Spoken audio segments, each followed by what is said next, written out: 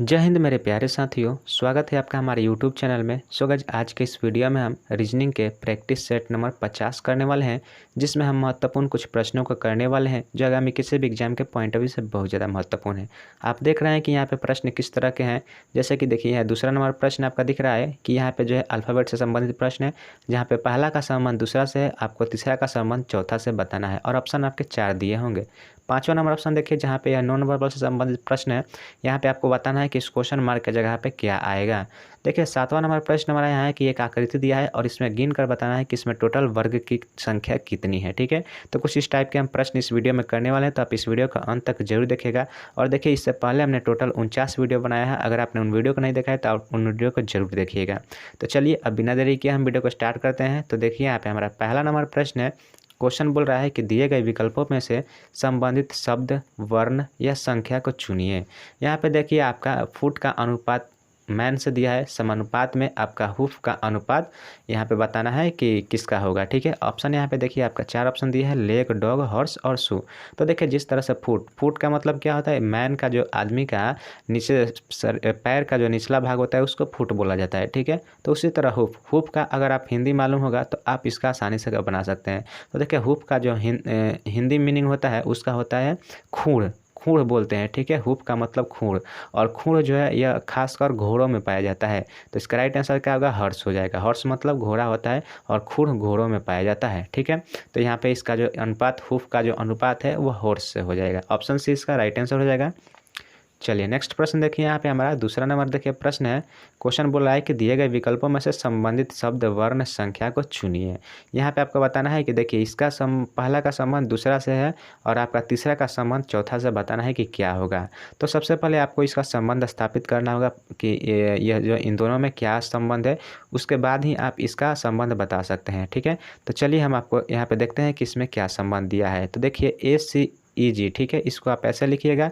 उसके बाद क्या लिखिएगा, ZXVT। आप इसको सामने सामने लिखिएगा, ज़्यादा आपको बनाने में आसानी होगी सवाल को। अब देखिए, यहाँ पे अगर हम इसकी बात करें तो AZCXEV और यहाँ पे GT, यह जो एक दूसरे के क्या है, एक दूसरे के अपोजिट हैं।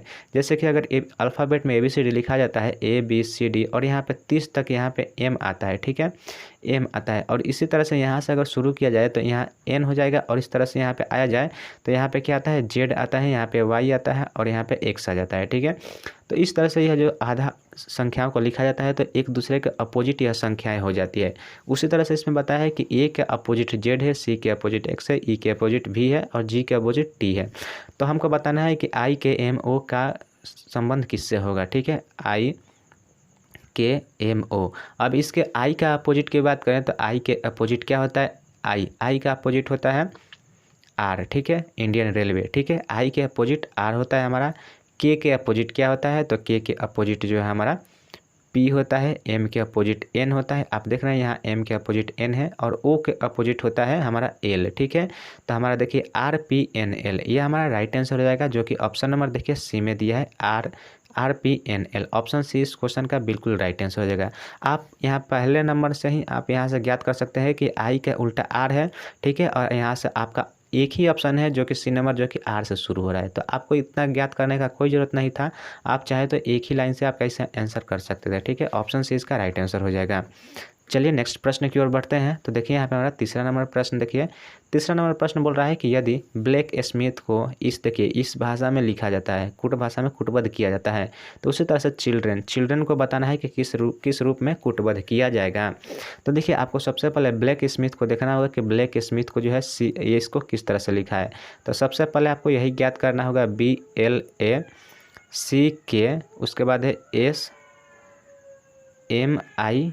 ठीक है, आपको जब भी सवाल बनाने में कोई असहूलियत हो तो आप क्या कीजिएगा, इसको आप रफ कॉपी में लिख लीजिएगा। ठीक है, अब उसके बाद देखिए, यहाँ पे लिखा है C, यहाँ पे N लिख रहा है, यहाँ पे B लिख रहा है, उसके बाद ELU, उसके बाद N लिखा है, उसके बाद KU, जे लिखा है। ठीक है, इस तरह से लिख लीजिएगा तो आपको जो है सवाल बनाने में आसानी होगी। ठीक है, अब देखिए यहाँ पे अगर बात करें तो देखिए यहाँ पे क्या हो रहा है, यहाँ पे +1 कर रहा है। ठीक है, यहाँ पे देखिए एल के बाद एम और एन होता है, यहाँ पे +2 किया है, और यहाँ पे देखिए ए के बाद बी किया है तो +1 हुआ है।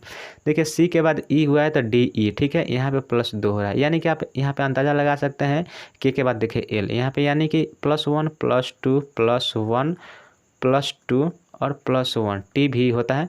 तो इसी तरह से +1 +2 किया जा रहा है। ठीक है, इसमें तो आप इसी मेथड को आप क्या कीजिएगा, चिल्ड्रन में लगाइएगा। तो चिल्ड्रन का स्पेलिंग देखिए, सबसे पहले आपको लिखना होगा CHILDREN।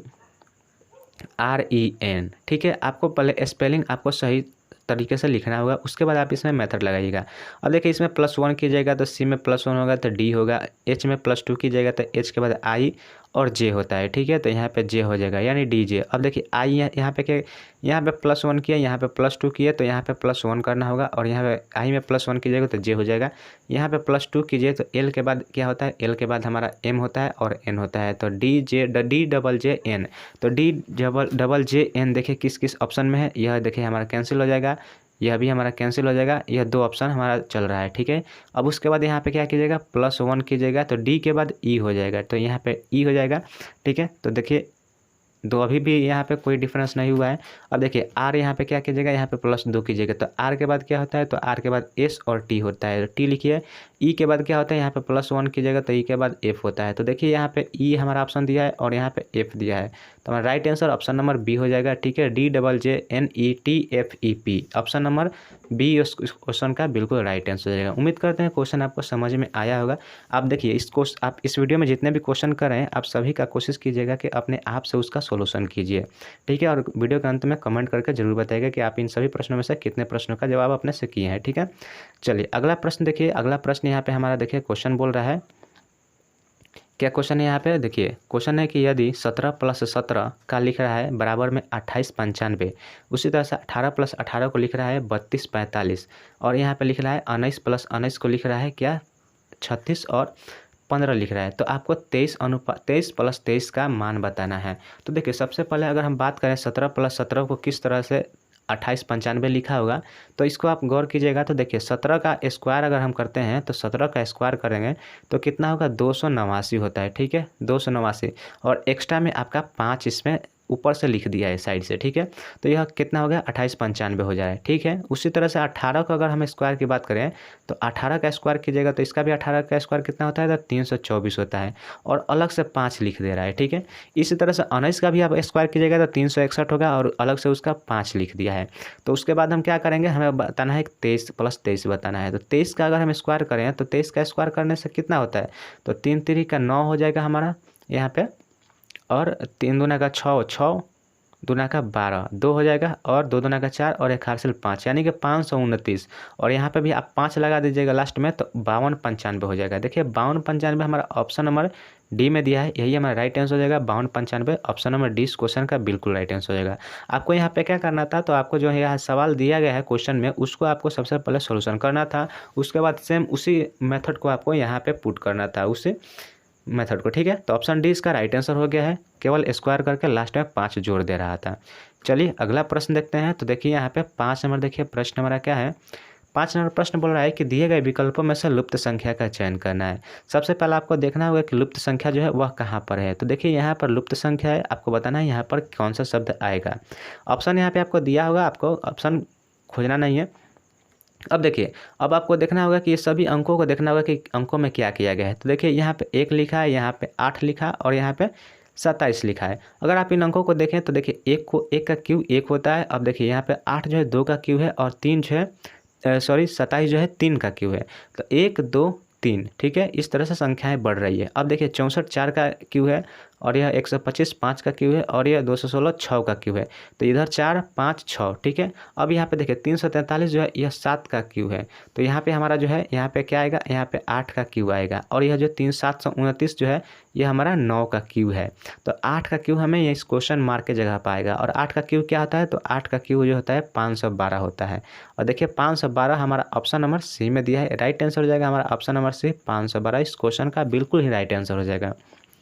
चलिए अगला क्वेश्चन की ओर बढ़ते हैं। तो देखिए यहाँ पे अगला प्रश्न है हमारा दिशा निर्देश से संबंधित प्रश्न है। क्वेश्चन बोल रहा है कि एक व्यक्ति पूर्व की ओर 9 किलोमीटर चलता है और फिर दक्षिण की ओर 12 किलोमीटर चलता है, तो वह प्रारंभिक बिंदु से कितनी दूर है। ठीक है, आपको बताना है कि वह जो प्रारंभिक दूर से कितनी दूर गया है।